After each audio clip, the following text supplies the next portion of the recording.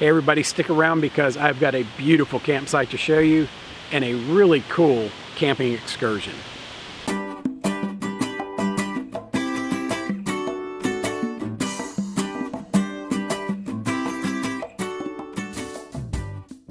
Thanks for clicking on this video. I am back out camping tonight and I have found absolute heaven on earth at this campsite. I'm at Tennessee's Pickwick Landing State Park and I'm at the Bruton Branch Campground. What makes this campground really cool is the state park is on that side of the lake. You have to drive across the dam, go back a little ways, go through some small town areas, and then you land at this place that's completely isolated from the rest of the park. What makes this even better is the campground's empty tonight. I have another empty campground camp out. I'm going to show you the campsite in just a minute, and y'all got to help me decide something. I brought two different sleep systems for tonight. One being my Camp-Right camp cot that you saw in my last video, and the other is a new system for me.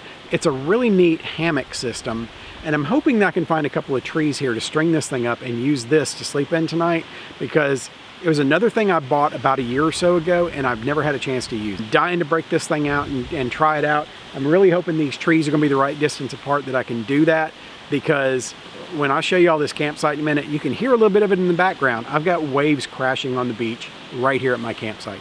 So let me show you this and then we're going to figure out where I'm sleeping.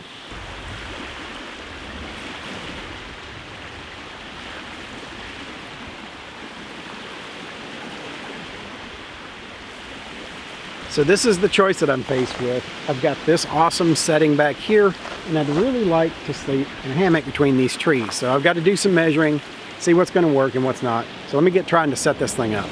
So this is the hammock that I'm going to be setting up for tonight. This is made by a company called Etrol. This is a really unique setup. It's a hammock that can also double as a ground tent. So if you don't have trees hanging on, you can put it on the ground. We're not going to do that tonight because I don't think this rocky beach floor here would be terribly comfortable. This is very much like the same product from a company called Nightcat. I was originally looking at the Nightcat, but at the time I was buying this, it was only available in yellow, and nothing says Nightcat like banana yellow. So I bought this one. It does not come with a rainfly like the Nightcat does, so I bought a tarp to go with it. So I'm gonna get busy setting this thing up and see what we end up with.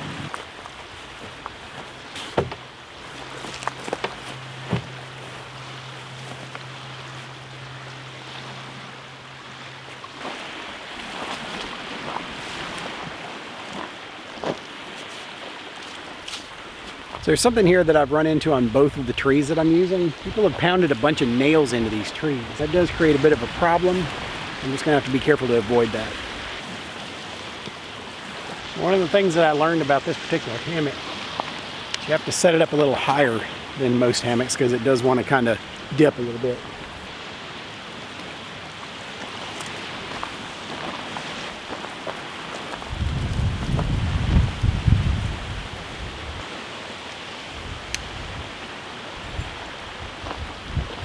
This next step in the setup process is one of the things that makes this hammock unique. It's got tent poles that give it a little bit of a framework. Let's check this out.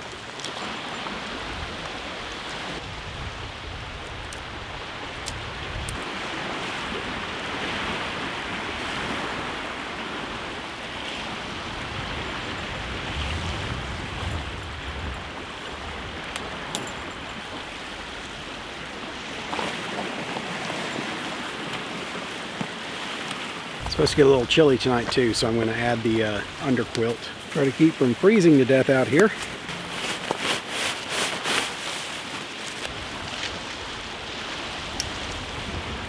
See, this thing keeps wanting to flip over. It's like a big sail. Now it does come with some guy lines that you can set out. They're stretchable so that they'll give it stability, but not keep it from being able to move around a little bit. I'm going to set those up now. And now that everything's a little more stable, I'm going to go grab my sleeping bag, throw it in there, add a little bit more weight to kind of have everything just settle into place. Then once we get all that, I'm going to see where the setup is, if I need to lower it or whatever. So let's go get some more stuff in there and get this finished up.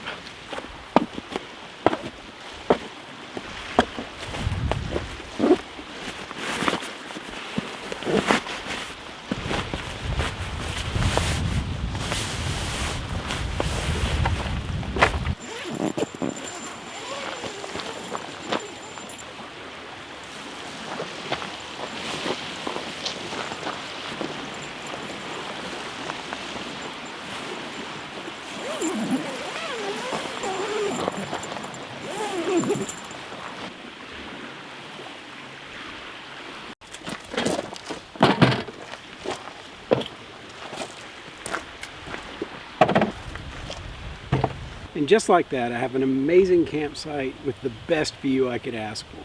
And another awesome thing about this is when I go to sleep tonight, I'm going to have that natural sound of the waves hitting this beach to kind of lull me to sleep. I'm not going to have to listen to neighbors carrying on or any drunken shenanigans. I might hear a boat go by every once in a while. This is a pretty active lake, but since I've been here, there's only been one boat go by. But now that the hard work's through, I'm going to kick back and chill for a little while and enjoy the fact that I got here early enough today to get this all set up and leave me time to enjoy the evening.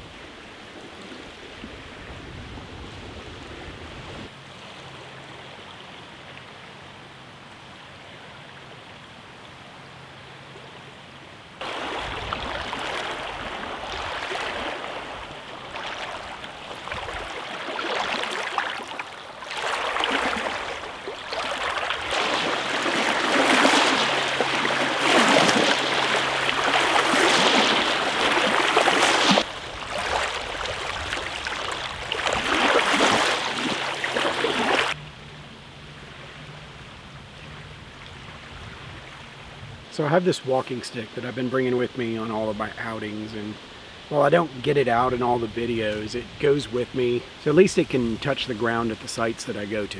Even if I don't get to hike on those trips, I still try to get it out and let it at least make some impact where I am. There is a story behind this stick. You can see I've got a couple of badges on there from some of the state parks I've been to, and I try to, when I find them, I try to collect the badges of the parks that it's been to. And I've got a handful of them that I still need to put on here. But the two that are on here are from Petit Jean State Park in Arkansas. The reason those are the only two that are on there right now is that's where we got the stick. And the stick was a gift that we gave my father-in-law for an accomplishment that he made at Petit Jean State Park. Many years ago, just before the time that we went to Petit Jean, he had to have open heart surgery. It was a tough recovery and one that he never really quite snapped back from. But before the surgery, he was always really active and pretty spry. And on this particular trip, we wanted to take him to the waterfall. If you've ever been to Petit Jean, been to see the waterfall, you know what that entails. It's like a mile trip downhill into a valley where you have to walk to the falls. But the hard part is then you gotta walk back up. And that's hard on a lot of young people. So for him, it was a bit of a chore, but he did it. And we took a great picture of him standing in front of the waterfall with this. A picture which he proudly displayed on a table right by his front door next to this. He died in July of last year, and after his death, this was one of two things that I asked for, because I feel like I was probably the only person that could really truly appreciate it. I mean, after all, to most people, it's just a stick, but to me, it has value. It has memories, or at least I have memories with it, and I figure I'll make more, and with this video, it kind of becomes immortal.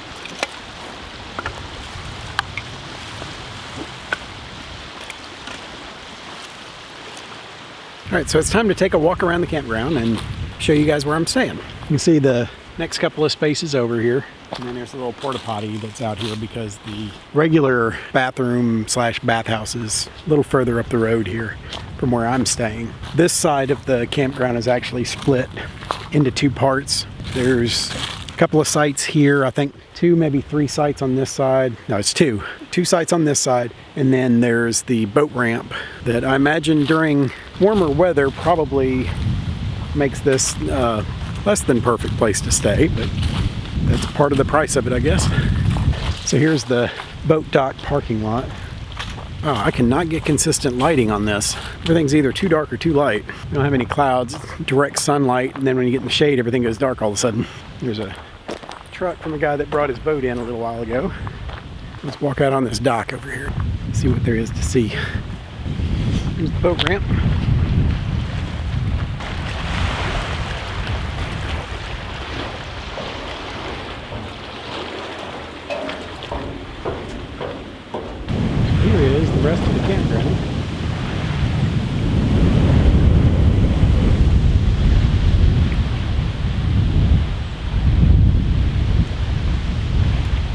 little windy out here.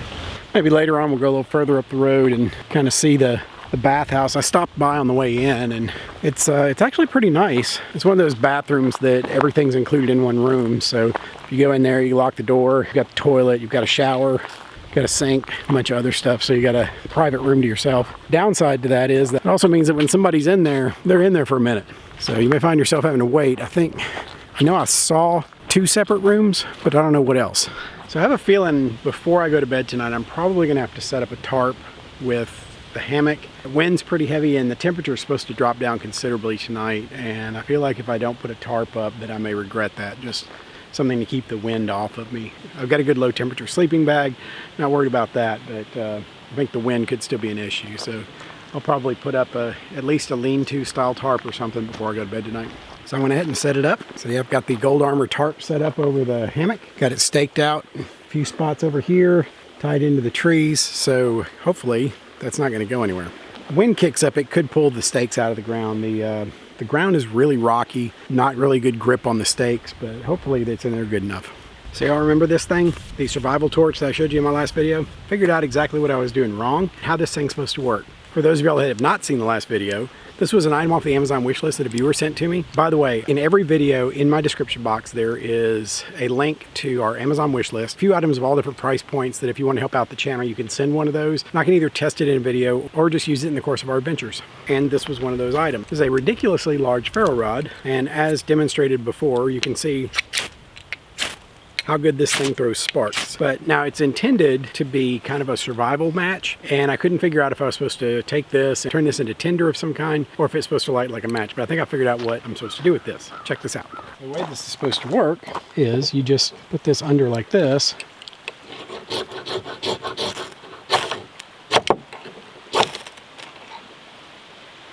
and there we go. Check that out. Now you just take this and go light a fire, and when you're done with it, you just pull it into the body and it snuffs it out. How cool is that? From Prepared for X, that thing's a lot of fun. I think I'm gonna go start my fire with this thing. So with the fire going, it's time to start getting dinner going. Tonight's dinner is kind of an experiment. I'm really hoping this works out because it's all I brought to eat, other than I think a bag of Cheetos. So let's get started.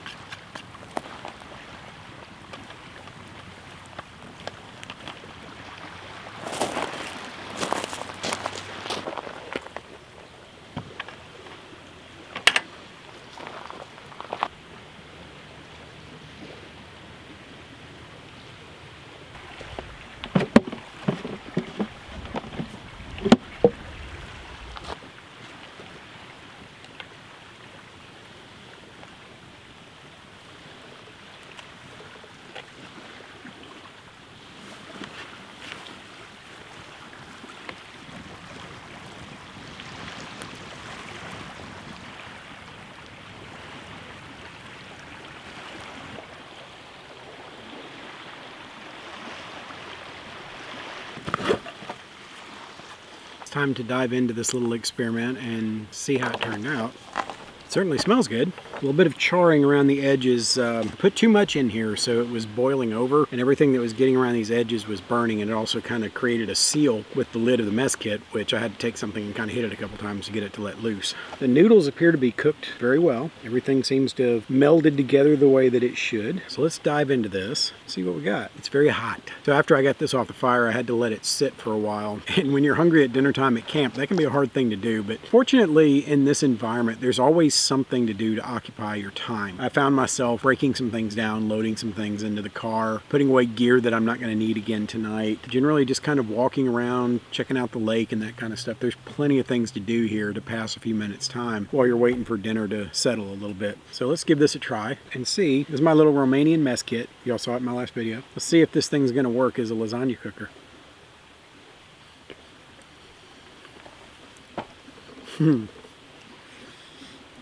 Wow, that is good. It is cooked just right. It's not overcooked. It's not undercooked. I really worried that like it was gonna burn in some areas and then be completely uncooked. Using those oven-ready lasagna noodles is always a little iffy, especially in an experimental thing like this, but it turned out really well. Added a little bit of extra water while I was cooking the sauce and just so that it would have extra moisture for those noodles, but it worked out just right.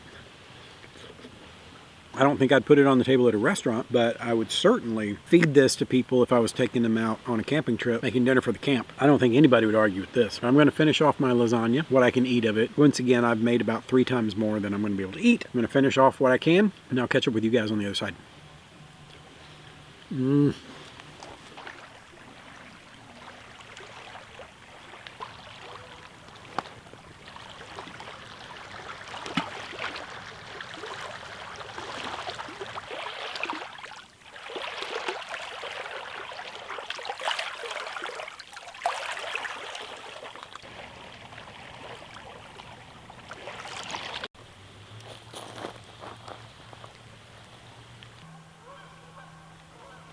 So dinner is done. It was fantastic. Being outside, camping, everything that's associated with it is awesome. But if you can't eat well, why bother? As always, I try to put just a little bit extra into the food that I bring on these things. My only regret is this. I've got the mess kit sitting in the fire with water in both parts of it because although I brought some non-stick cooking spray, I neglected to use it. Everything that could stick, stuck. A lot of it came off. I was really happy to see that it was pretty easy to get most of it off, but there was some that was really cooked on there. I've got to clean all that out and make the mess kit usable again. I brought something to make later on for dessert, and depending on if I can get the mess kit cleaned out will determine if I prepare that or not. But I'm so happy with that little Romanian mess kit. I would absolutely recommend that thing. And now there are a number of variations on it. A lot of different countries use that same design. In fact, they probably use the same mess kit. They just call it their own. There's a Russian mess kit that's pretty much the same thing. And I guess most countries in that region probably source them all from the same place. But that thing is so versatile, but the ability to use it like a little mini Dutch oven is everything. And it makes it such a versatile piece of kit. I think that thing, I mean, I used it last trip and I actually found myself planning my meal on this trip around that mess kit because I enjoyed cooking with it so much last time. So I think that that's going to be a permanent part of my gear for a long time. Maybe one day I'll upgrade to the Swiss mess kit, which is a little bit of a step above this thing. But I think what I'm going to do with this one is I'm going to kit it out. I'm going to get in there and I'm going to make a frying pan handle that'll fit inside the kit. I may throw like a little stove of some kind in there and a few other little pieces to finish that kit out. Right now, all it is the 2 pieces, the billy can and the frying pan. So if you can think of some ideas for things that would be really cool for me to put inside that kit, drop me a suggestion down below. I'd love to hear y'all's ideas on how I can make this thing even better. I love this kit and it's one of my favorite pieces of camping gear that I've gotten in a long time. So in case you're interested, the Battle Box tent giveaway issue has been resolved. Our winner for the Battle Box tent is a gentleman named Fred Schwarzkopf. Fred contacted me and it's been an ordeal trying to get him the tent because he apparently responded responded several times on the YouTube video, but it never seemed to go through. I don't know if it got caught up in some kind of a spam filter or something, but I never got the messages. And then finally he posted one that went through, and I reached out to him, and then he sent me an email with his address on it. I responded to his email, and I packed up the tent, I mailed it off to him, and somewhere in the middle of that he contacted me and said, hey, I just wanted to see if you got the email with my address because I haven't heard anything back from you. And then I responded to that email, and he still has not responded back to that. Now, the tent was supposed to have arrived last Friday. Tracking showed that it did. So Fred, I really hope you got the tent, and I hope you love it. Thanks for participating, and y'all keep playing along because we're probably going to do another giveaway pretty soon. For now, I'm going to enjoy this peaceful evening. The wind has died down. Everything is very calm. There's still the gentle lap of the water on the beach that I get to listen to tonight. Everything is getting quiet and calm as the sun sets. Fire's cooking away over here, cleaning out my mess kit. I'm going to have a few sips of this, and I'll catch up with y'all later on. So it's time for a little late night dessert. Gonna whip up a little something using my little mess kit. I managed to get it cleaned out enough to use it again tonight. So let me get this thing set up. I'm gonna show you what I'm doing. We're gonna take this Marie Callender's apple pie. Set it inside our mess kit. Close that up. Let's get this on the fire. I'm going to set this up like an oven again, like we did when we cooked the lasagna. Don't want a lot of direct coals. I'm going to use this more radiant heat. The idea is to surround it with heat.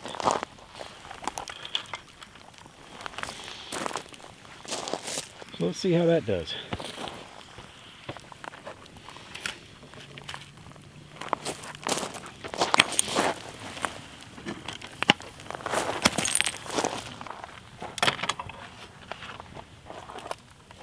You can see my mess kit has changed colors a little bit. I think I'm losing some paint as a result of having to burn off some of the remains of dinner. But it still works. It does the job. And now we have apple pie. It's a little dark around the edges. Probably could have used a little bit more heat control in there. I have a feeling it's going to taste just fine. So as the evening's coming to a close, it's starting to get a little chilly around the fire. I'm pretty close to the fire now because it's getting cold. Let's give this apple pie a shot. See how that turned out. It did get a little crispy and dark around the edges, but I mean, it's an experiment. We're trying new things. I mean, I'm not going to complain about it. For the most part, it turned out okay. I'm not going to eat all of it anyway, so that's not half bad. It's a shame it got really super dark around the edges. I'm not going to complain about it. Sit here and eat some pie. Probably going to have to burn what I don't eat because I was sitting here a little while ago just relaxing, started hearing sounds and looked around, and there was a little raccoon coming up into my camp, desperately wanting something. Had to run him off a couple of times, but I imagine he'll be back tonight. So anything that I've got left over, if it's sitting out, he's going to come looking for some food. I'm going to finish this up, burn out the rest of this fire, crawl up in that hammock over there, try to get some sleep. I have been up. I think I got up at about 4 o'clock this morning. Yesterday was my anniversary. The wife took me out to a really nice hotel, just kind of a staycation kind of thing back in Memphis. But we had to get up really, really early because both of us had to be at work on Monday, but it was the only chance that we could break away and do that. I'm following that trip up in the early morning with coming out here and doing this, hoping I can get some sleep tonight because I got to work tomorrow. So in the meantime, cheers.